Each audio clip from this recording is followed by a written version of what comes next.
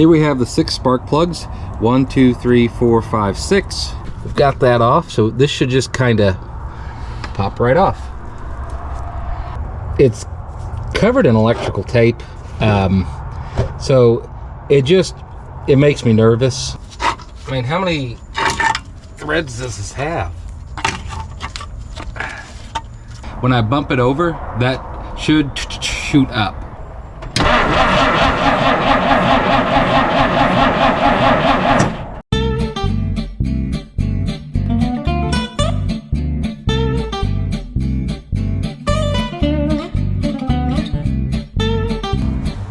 Hello, and welcome back to another episode of Red Cap Mechanic here on this 1950 Dodge Meadowbrook.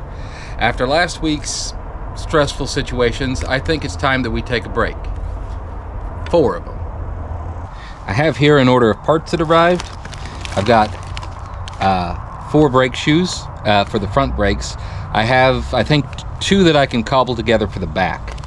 I've got some windshield wiper rubber, so maybe I can put new windshield or refurbish those. I've got front and rear brake line hoses. I have a coil, new spark plugs,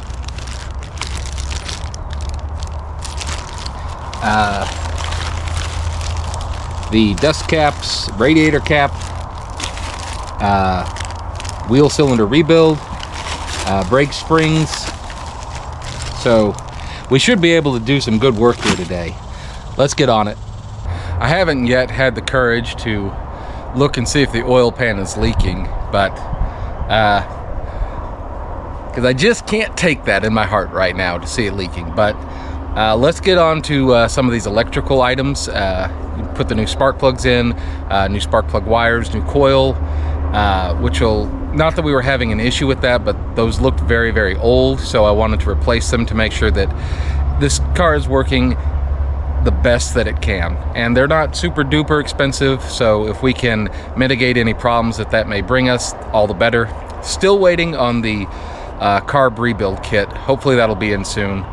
And I may have an idea for how to work around the lack of a fuel bowl for now. But let's go ahead and pop the hood and get working on some things.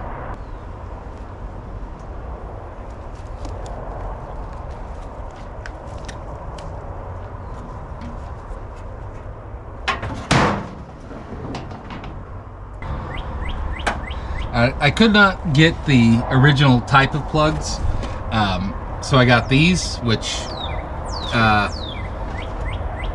they should work just fine. But the first thing we need to do is try and get rid of some of the debris that is on this, so we don't get any of this stuff into the actual cylinders. I have some compressed air.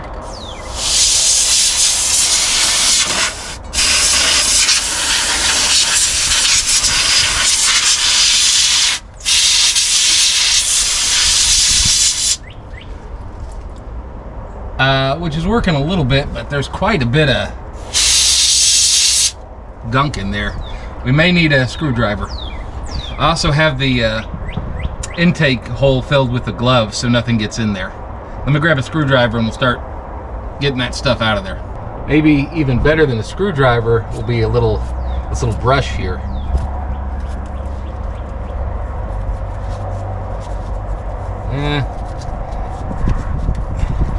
Not quite mobile enough to get in there. Let's first start off by using a pick. Just got to kind of break this up so we can like spray it away.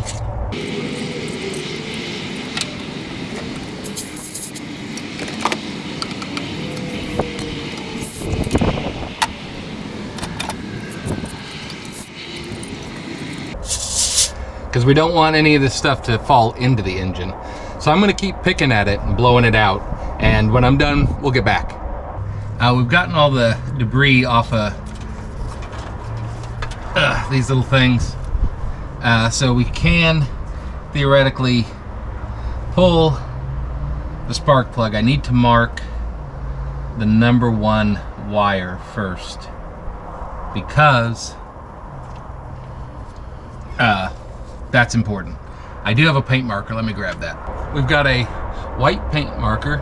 I'm going to just find where this wire goes to and mark it on the distributor cap, so when we reassemble this, we'll know which is number one, and then we won't have to worry about any firing order issues, hopefully.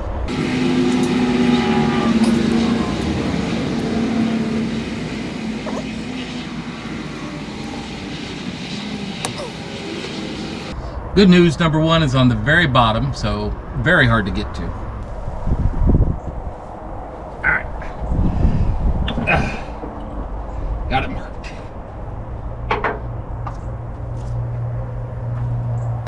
All right, we'll take off the rest of these, and actually let me make sure that these replacement ones are gonna work.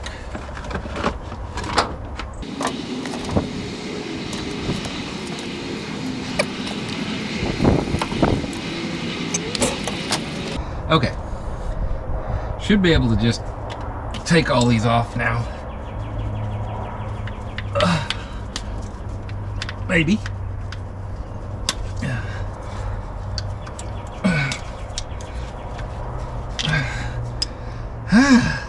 Well, how do you get these in and out of here? It's like a little tube they go through. Can you do one at a time? Well, let's get the spark plugs out and take a look at those. Anyone have any idea what size these are going to be? 7/8? That's a little big. 13/16? Ah, perfect. 13/16.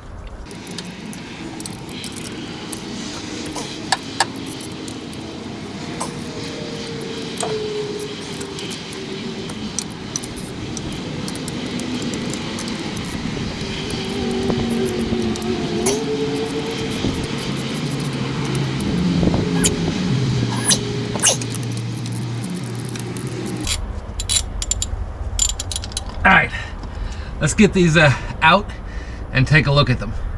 Here we have the 6 spark plugs. 1, 2, 3, 4, 5, 6. And looking at them, they're all really rusty here, of course, but all right, I see some burn on the top here. I'm not seeing a lot of oil in it. 2 looks the same. 3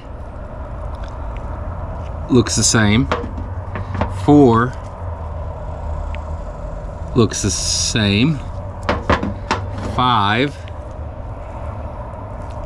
looks the same. And 6 also looks the same. Okay, so they're sooty, but they're not wet and oily, which to me denotes that soot. It's been running rich. I think that's what that means. So if all 6 of these guys have been running rich, then that could be due to when I was running it, putting too much gas in it. Also the starting process maybe, but none of them are damaged.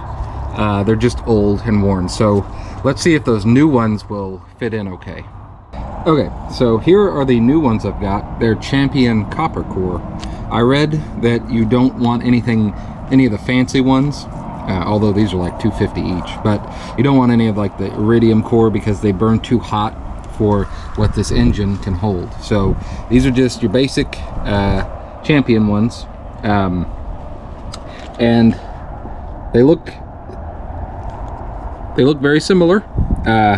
In better shape though, so that's a big plus. The only thing is the end of this one has like a well in it, and these are just kind of sticking out, but I don't know if that's going to make a difference or be a problem. I wouldn't think so. So we've got these guys. Let's make sure they're gapped properly. This is an old one. So to gap it, The gap should be on these, I believe, 32 thousandths of an inch. So the gap tool's got little stamps here, and you just want the thing to be able to slide up to about 32 thousand. Oh, I think this was, I think it was like, was it like 27 to 32 for these. So this is, it's kind of getting stopped right here, which is about 27. So this one's gapped correctly. If it wasn't, you can either push the top in to make it a little smaller or pull it out to make it a little bit larger. But this one's good. I'll check the rest of them and then we'll pop them in the engine. These have all been gapped correctly, and it doesn't matter what order they go in, so we're just gonna pop them in and get them started.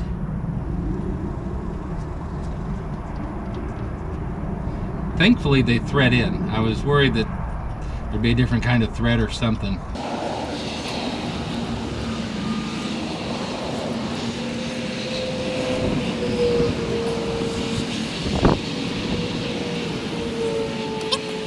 Now we'll torque them down. They don't have to be super tight, just snug on there.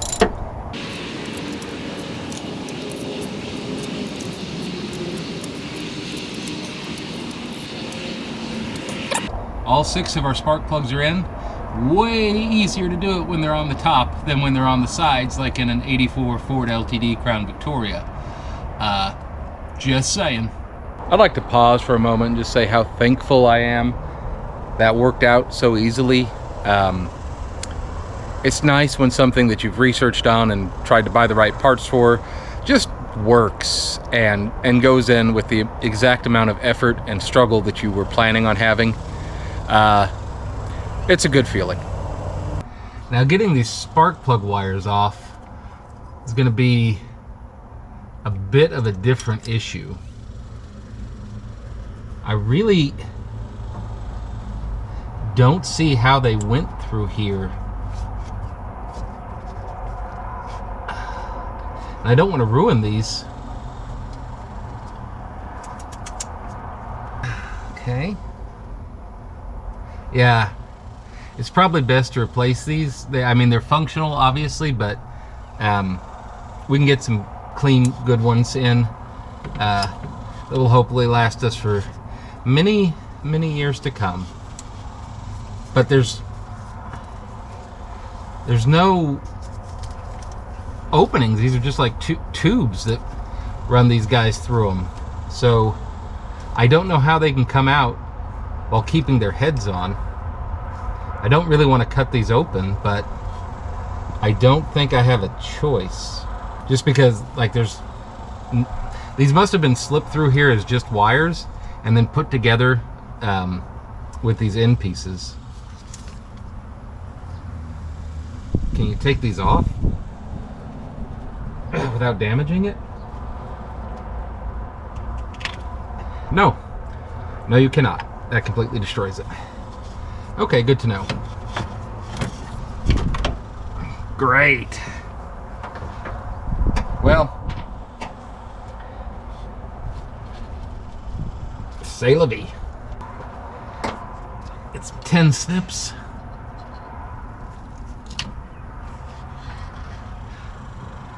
I mean, if you look in there, it's pretty dirty and corroded. So maybe this is for the best.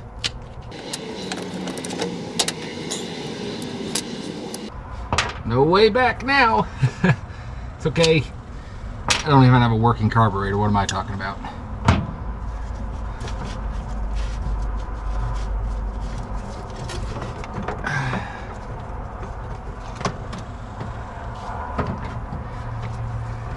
We had to unfortunately cut all of the old spark plug wires off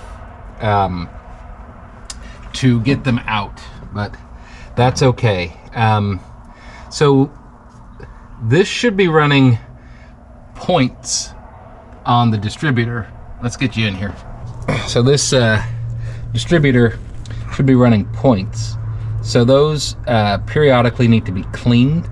So since we've got this all apart, why don't we go ahead and take care of that? Also, does anybody know what this wire is for? It's like a spring. Goes down. Oh, that's probably the emergency brake cable. Yes. Okay. Figured that one out. All right. But it's thick. So let's get these out. These have little clips on the side. We'll just pop them off and we'll take a look inside there. Just want to point out again, you just get under the clips and you pull them up. Really, really easy to do with a pick. Okay. So we've got that off. So this should just kind of pop right off. All right. Looking at the inside of this distributor cap. Yeah. It looks like it's seen some wear. The one in the middle is kind of toasty. So probably at some point I should replace this, but since it's working and I need to kind of reduce on any unnecessary spending right now, we will clean this up with some sandpaper. And then the points are in here. There's lots of people that are better at this on YouTube that explain how to clean points. But basically you just sand it and then they work better. So I'm going to do that. I don't know about dwell and all of that stuff. So I'm just going to sand the points. This is already a working unit. So we're going to call that good, just sanding it. I'm going to do that and sand the cap, or the things on the inside of the cap, and then we'll get back to you. I used some sandpaper on the points to clean those out, as well as on these guys in here, especially that center one, which is now silver again. And I also cleaned the top of the rotor. So we should have a good electrical connection to the distributor. So let me get this all buttoned back up, and we'll move on to the next part. I have the distributor back on. It's tight, cap's in the same position. Next thing we need to do is change out this coil. It's covered in electrical tape, so it makes me nervous, so I'm going to take it off. I already took the coil wire off. Now it just has two plugs on it, so we'll just use a wrench to get those off, and then we should have these wires free to put a new coil in. We have the old coil off and we have the new coil here. The old coil has like electrical tape around it, which I don't think is a great sign. It's also got positive and negative terminals, which are very helpful. Whereas this one has D and B. This is also a 6-volt coil. They both have to be 6 volts, otherwise I don't think that would work well. Okay, so battery. But is that going to be on this car, since it's negative ground? Will that be the positive or the negative? I need to look that up, because that could be bad news bears. It also has different fixtures on it. I'm not quite sure how that's going to work out. Let me take a look. Looking at these cables, I don't really think they're in very good shape. I have 12 gauge wire, or maybe 10 gauge. Let me see if that would be strong enough for these, because these are both in not great shape. I mean, the whole solenoid is not in great shape, but that's fine. Yeah, so let me check on the DB, the connections, and this wire, and I'll get back to you.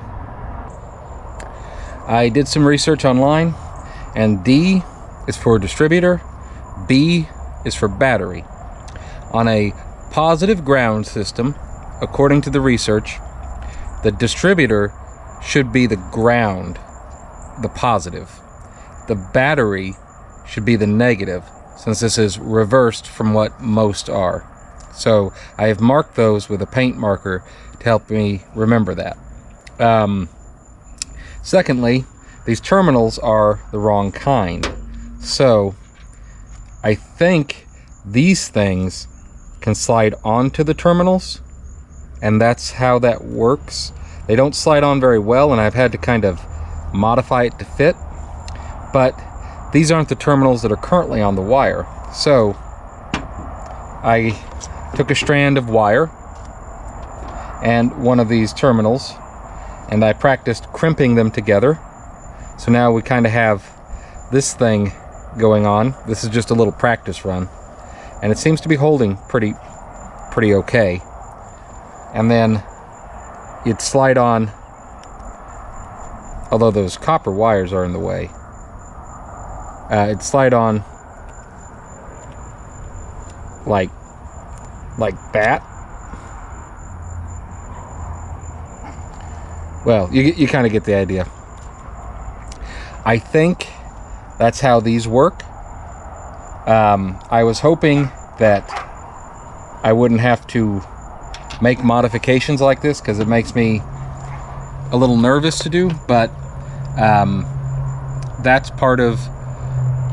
kind of part of what you have to do when you're working on old cars, and you can't find the exact right parts for it. So we're going to give that a shot. I'm going to work on modifying the wires so that they have these kind of crimped ends here, and hopefully the research I did and the testing I did will prove worthwhile, but let's find out. So here is one of the wires that we're going to have to modify. We don't want to destroy these ancient crappy wires. So what can we do? Let me mark that again, so I know that's negative. Okay. Because this runs down into a, here, let me show you. That's fine.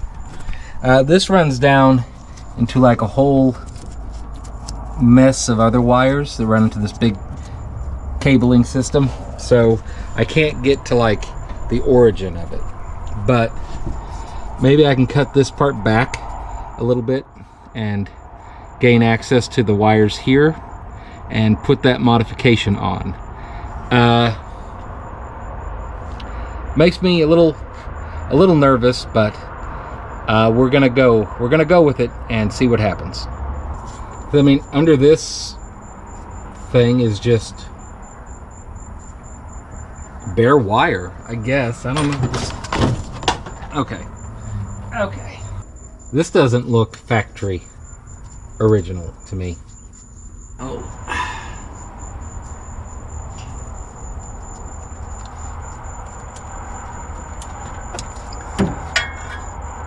Disable that battery just in case. Okay.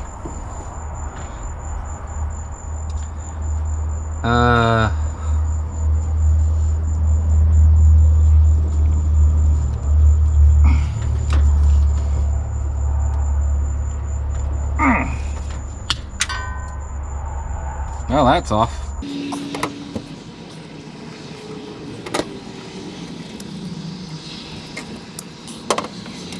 Alright, so this was just a rubber boot put on these old wires. Though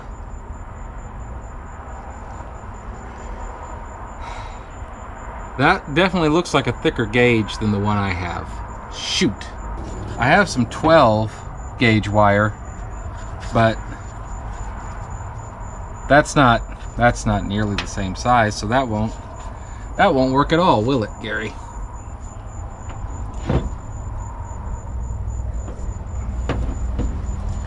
haven't even really gotten to the wire.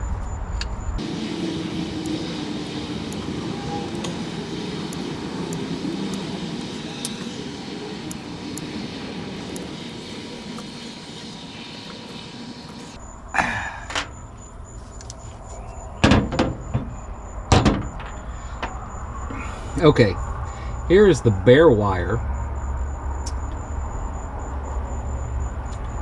So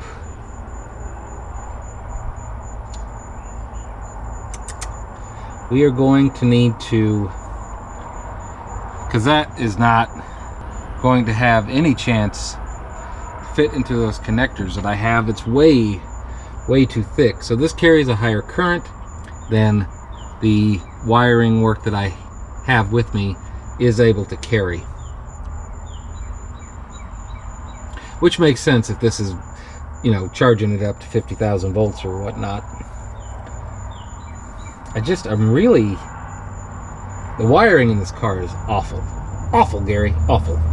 Let me go buy some thicker wire and some thicker connectors so we can make this happen. I don't know what gauge this is, so I'll get a couple of different sizes, and hopefully it'll be okay. We just want to make sure that we're bigger or as big than we need to be. On second thought, because we're losing the light, let's put a pause on this. I'll go to the store tomorrow and pick up some more of the parts for this, for the electrical part. But let's take a look at the brakes and see if we can get going on that, because when you hit a wall with a project, you want to keep your feet moving so you don't stall out. And I'm kind of not quite sure how to do this part yet. Now, conversely, I am concerned because now I have the carburetor project, fuel system, the wiring project, the ignition system, and now we're moving on to the brakes, the brake system. So I'm going to have 3 projects going at once, and that's a lot for somebody who's not familiar with the work to try and keep up with. So I need to be very careful and work slowly and methodically in order to not lose track of anything. But I think taking a look at the brakes is maybe the best course of action at the moment. Okay, so one thing that was brought up was that these inner wheel bearings need to be taken out and re-greased, and you can do that by attaching a castle nut on this and yanking it off, basically. So let's see if that will work.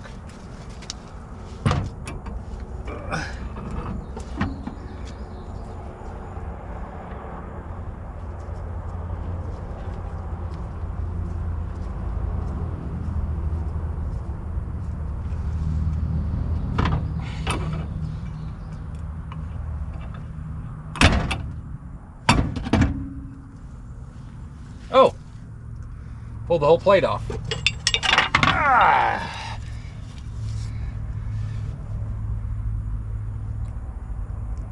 Not what I intended to do. Ah. Okay. Ah. That's my fault that didn't work out, because yeah.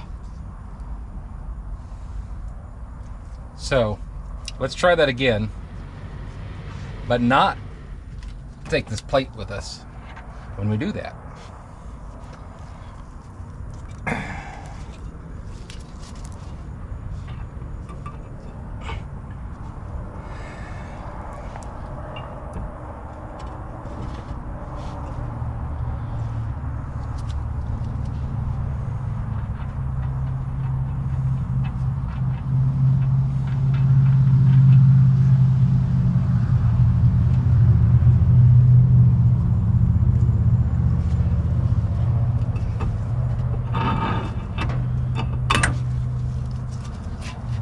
That worked.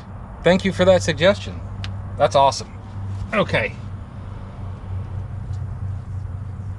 That was really simple, and it doesn't appear like we've damaged anything. So now we can get these cleaned up and the inside cleaned up well, which will be good.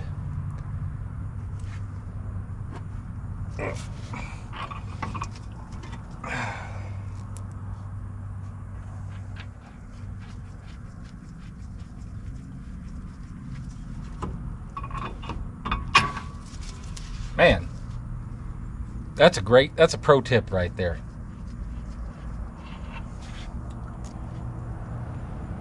Okay.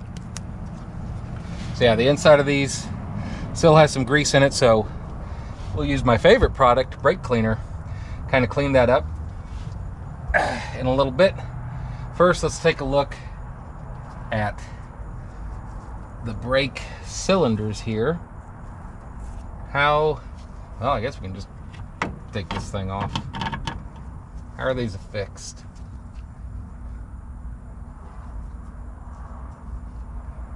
All right, they have a little tiny nut on them. So I got new brake hoses, so that's fine. Let me get my wrenches. Any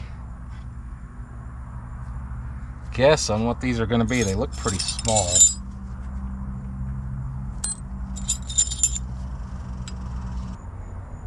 Maybe if it's on there, they can come off easier.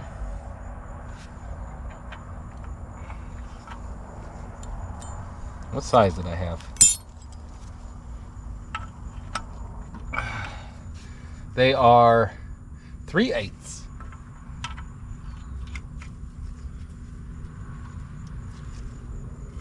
Ow, my finger!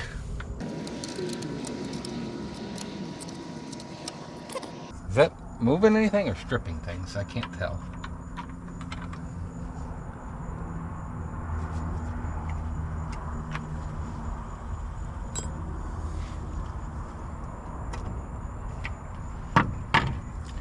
I tell you, the mosquitoes are just out here in force today. That's like a bleeder screw. Is that really holding that on there?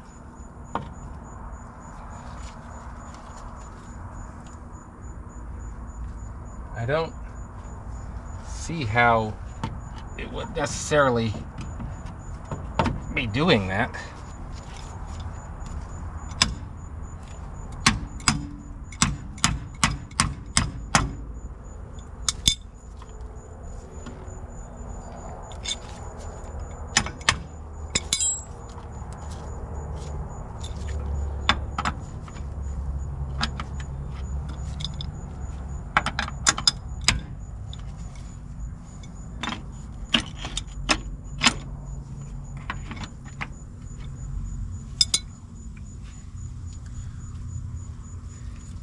Is that, I can't tell if that's,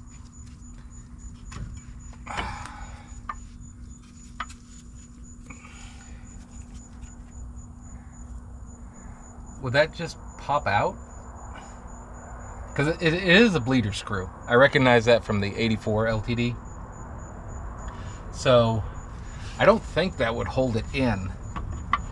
So maybe it's just needing some force.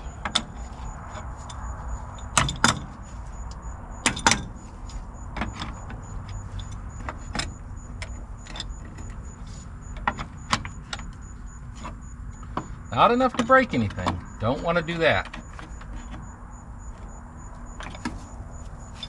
Because the hole on the back doesn't look like it gets any bigger. It's just like that slides in through there. Same with this guy.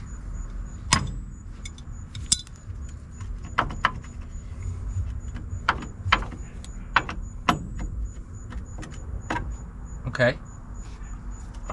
Okay.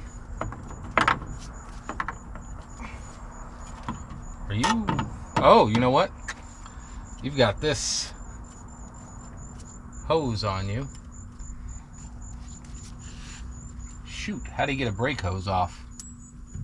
All right, now, I have seen enough YouTube videos of people having problems with their brake hoses and getting them off. And I do not want to repeat that if I don't have to. See if I can find the right size wrench. Maybe 5/8.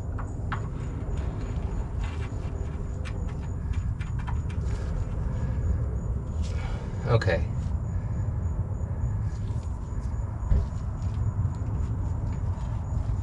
Oh. Okay, so I think I understand what they were saying when they're like, this little line on top, you don't want it to break. So hold that in place and turn the bottom one.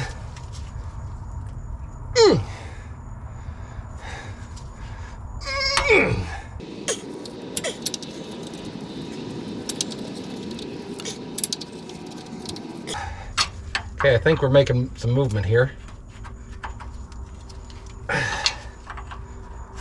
Would it be easier to turn the small one?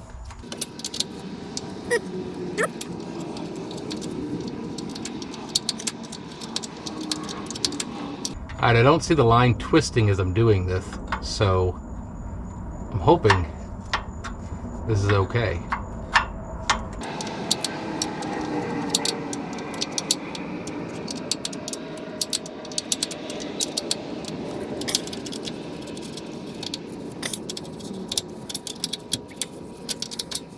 I mean, this can't be right.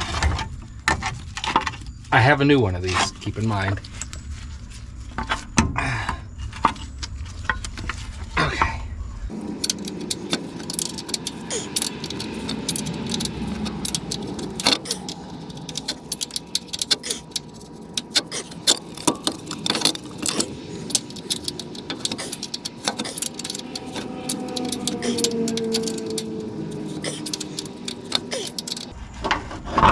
Well, I mean, come on now.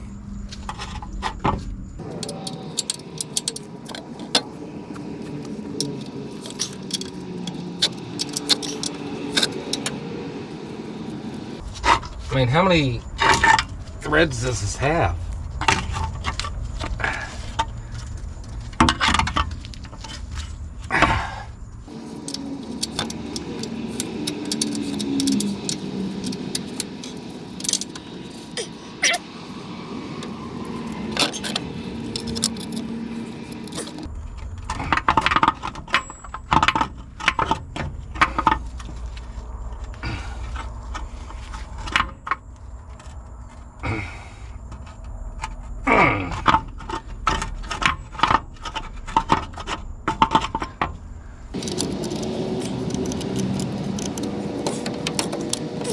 All right, might be kind of turning now. I used the power of this little thing that was sticking out to maybe help out.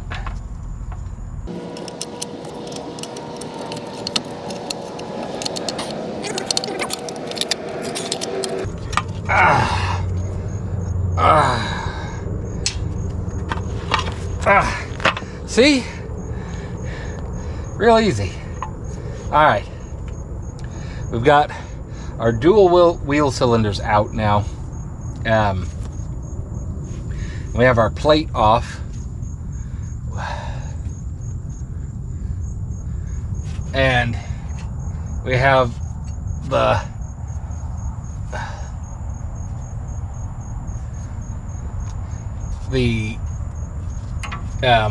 hose, brake hose, kind of just dangling free. But it's not giving up the ghost just yet. I don't see anything else spinning or rotating up here aside from the brake hose. What'd you throw? Okay. I don't see anything spinning up here aside from the brake hose. So it doesn't seem to be unthreading from anything. It's just kind of turning in place. I don't know how to really pull that off. So maybe the brake line, the metal part, is not rotating. So I'm hoping that means it's going to be okay. So we don't have to redo those. But this rubber part is just, it's not coming off.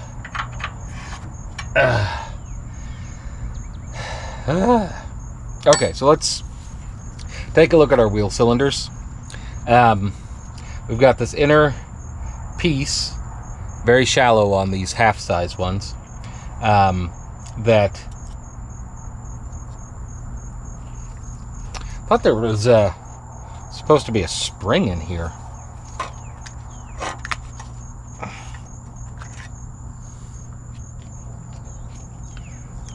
There is not a spring. Okay.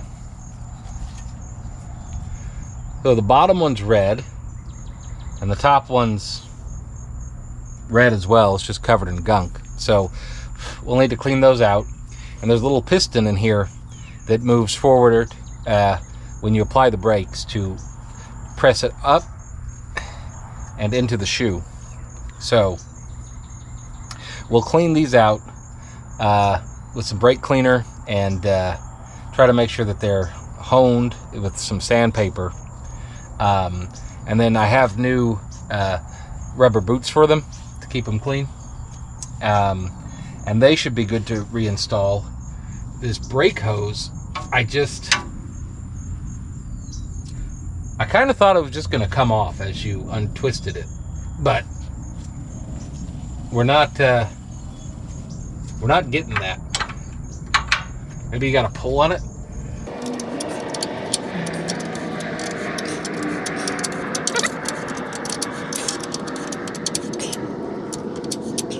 Because the brake hose is just this hose.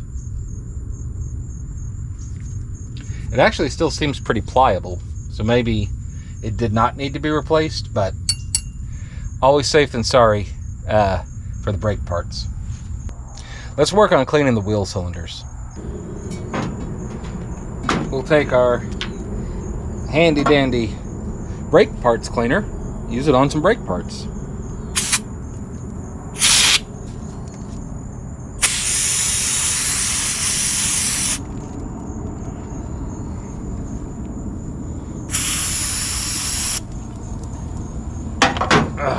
Okay, so we can now kind of see the red in both of them. And let me grab a paper towel and see if we can just kind of scoop it out. Alright, we're going to try and scoop out the gunk. No, that gunk is gunkified. Maybe a brass brush. Well, I don't have one with the small enough, so we'll just get a pick. Kind of just get in there and clean out this gunk. Because we want these cylinders to be able to actuate. Man, that is caked on there. Sandpaper, maybe? Clean out the bore so this can travel. It's kind of getting shiny on the inside. Clean out the bottom parts.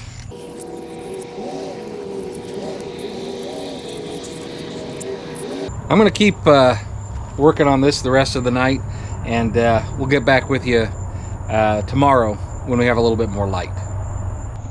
I did spend a few more minutes. This is one of the cylinders. I don't know if you can quite tell, but it's got the red ring inside, and the walls are pretty well scoured. So that one would probably be okay to use, but on the other side we've got this guy, and the whatever metal this was is just horrendously pitted, and it's not making a good seal around the inside here.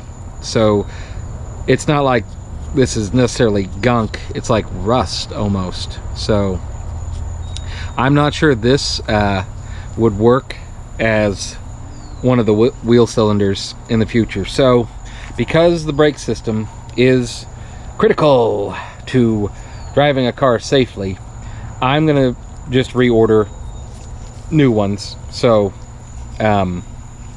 we don't have to worry about that, and we won't risk not being able to stop, because that's just like I don't think the cylinder rebuild kit I got only came with the rubber top, and a spring for some reason. So these didn't even have a spring in them, so I don't know if someone was in them or what happened to these exactly, but these are not going to be repairable. So this one is not. This one's probably okay, but I'm going to reorder new ones of these, but that'll slow us down on the brakes, so that's fine. You got to keep your feet moving, right? All right, well, when we come back then, we'll go back to working on the electrical system. Yeah. Back again here today. We did have delivered our glass fuel bowl, and this one actually has a filter in it, so that's nice. The other one didn't, so it's a bit of an improvement. So we can pop that on. I got a compression test kit so we can check the health of the engine. And since we don't have a ignition system at the moment, don't have to worry about that starting. So we can kind of tear into it and get her going. Let's see what we got. Alrighty, here is the fuel pump. That's where the bowl went that I broke. So I just have to remove these two lines and pop in the new unit, which I hope is the same. Though doesn't quite look the same.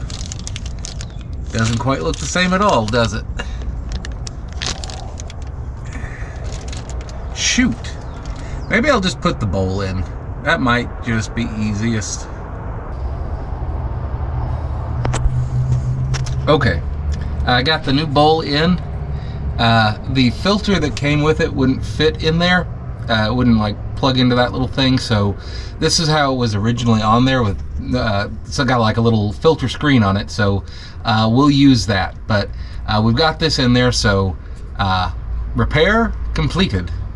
All right, now that we have the fuel bowl back on there, we can perform a compression test. We just have to be aware that gas is going to spurt out of the fuel pump line, hopefully. But we can also then use that to kind of monitor its color and see how it's looking, if the tank's clean, if it's got any gas left in it.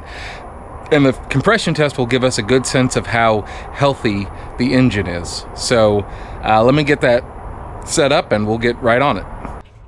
We're going to use our gas jug, or mini gas jug, try and collect any of the fuel that comes out. So I've got it pointed in there. Now let's get these spark testers set up, or compression tester. Okay, so when we do the compression test, we'll test each cylinder. What we'll do is we'll stick the compression tester in there, and it'll determine how much the air is being squeezed inside. So when this engine was fresh, it should have had somewhere in the area of like 110 to 120 compression. If it's kind of older and tired, it may be down into the 80 to 100 range. What we really want to see though is all these cylinders are within 10% of each other, which means that the engine's running, it will be able to run well. If there's a larger gap, then that may point to there's a problem in the cylinder, which we really don't want.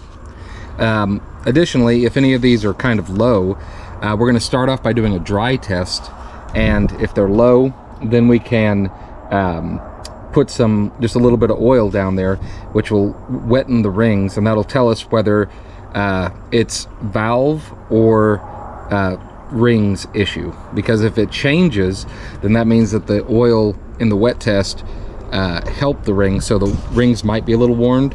And if it doesn't change, then it may be the valves aren't seated properly. So let's go ahead and get that set up. All right, so first step is to remove the spark plug. Hasn't been fired yet. Here is the compression tester.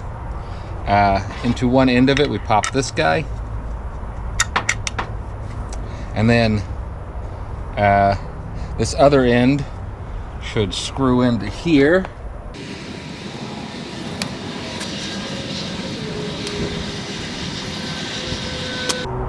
Just needed the adapter. All right, so we've got the compression tester in the number 1 cylinder, and here's where it's at. When I bump it over, that should shoot up, and that's the number that we're going to be looking for. If we can get to 120, that's going to be a big success, but if we can at least get to 90, that'll be good. So let me get in, get the key, bump it over. We don't have a carburetor on, so the choke's full, so we don't need to worry about that. Okay, let's get this tester rolling. Okay, you watch it for me and tell me what it gets to. So, it does help if you connect the battery.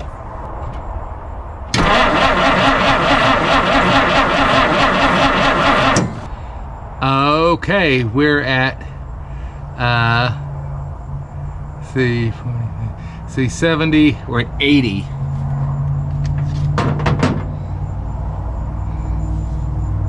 That's pretty weak. Let's try that again, and you can reset it by holding that. Let's try that again and bump it over a little bit more. See if we can get it any higher.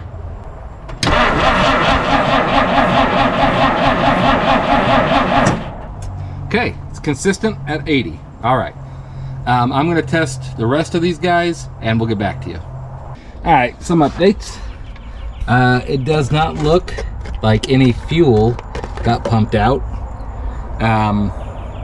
of the bowl, or of the fuel line, and the bowl is still empty. So maybe we didn't crank on it long enough.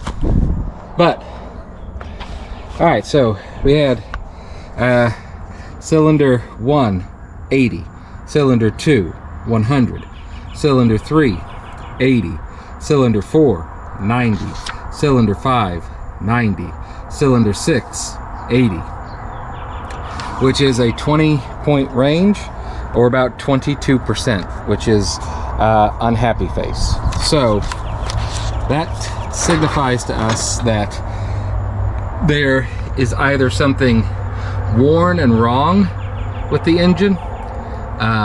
Could be the piston rings are worn, could be the cylinder walls are bad. I don't have a bore scope, so I can't look down it. Could be the valves are not seated properly. Whatever it is, I mean, 80 is okay to run the engine on, but it's a little bit too wide of a variation. So I need to remember that, because after we get it running a while, I need to check it and see if maybe those rings and everything come back around. But for now, at least we have a good indication that there may be something amiss inside here. I will say that compression tests are kind of fun to do. It feels very scientific, like you're actually trying to discover something and discern it. It's kind of like doing the electrical wiring test, you know, touching continuity. So that's kind of neat and fun, and generally didn't have to get under the car, so also a big win. But yeah, so they're easy to do.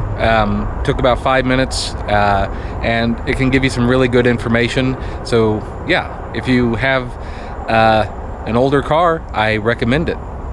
The next step in this process is going to be the electrical work. I went and bought some 10 gauge wire, which is thicker than the 12 gauge that I had. So this will be able to hold more current safely, and you know, not melt down.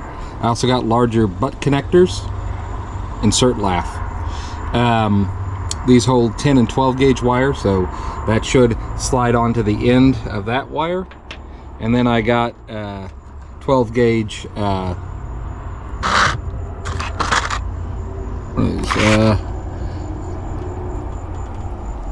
these things, and they should slide on to this guy, and that should sit there, and that should restore the connection of the coil. I don't really know how to do this part, so it's going to be a lot of learning, so I'm just going to get into it.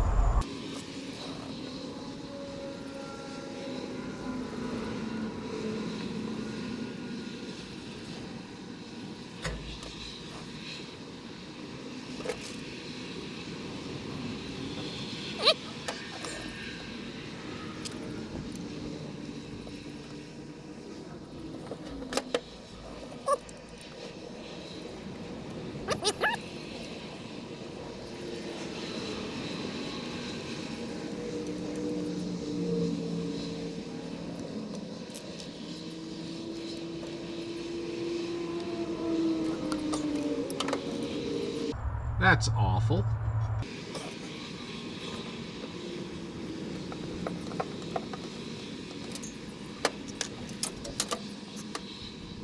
We can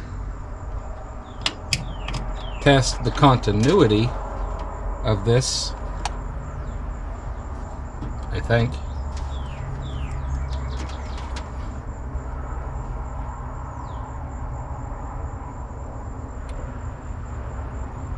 All right, I'm getting a 1 on the ohms, meaning that it is a complete circuit, miraculously enough. So that should work on that part. And then slide this into there. Crimping.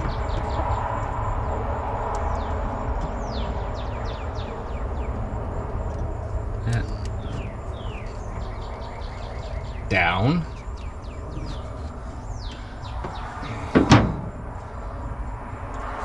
Okay, so theoretically, that would be how to do this.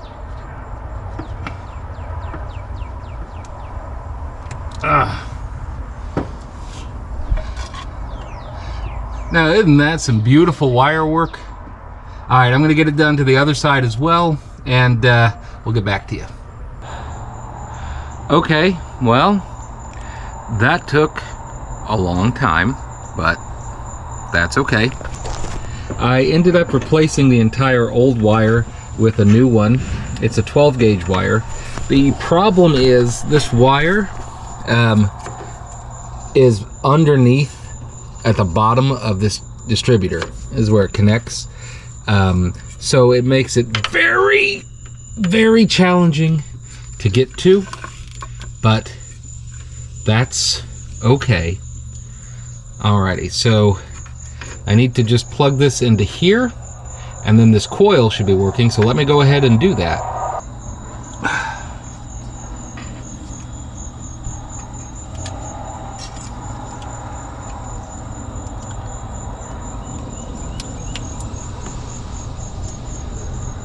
Oh, come on, please work.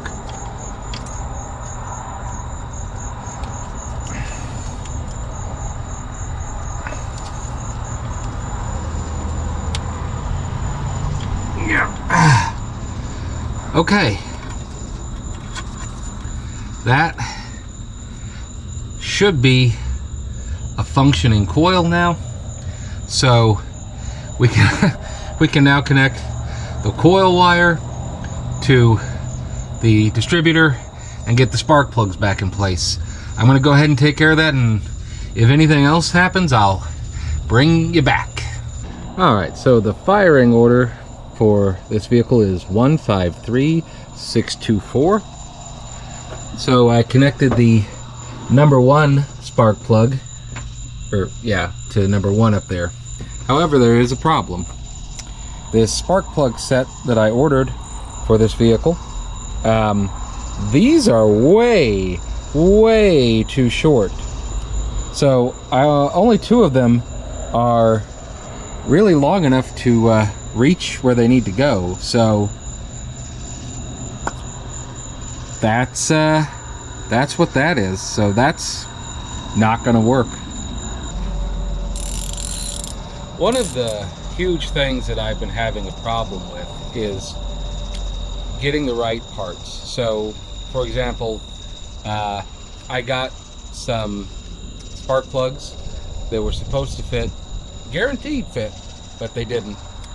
I got some rubber for the windshield wipers, guaranteed fit, did not. I got the carburetor rebuild kit for the Carter instead of the Stromberg, so that was pointless. So I've been getting a lot of things that are not the right part for the application, which is not only very expensive, it's also very time consuming and frustrating, to say the least. So yeah,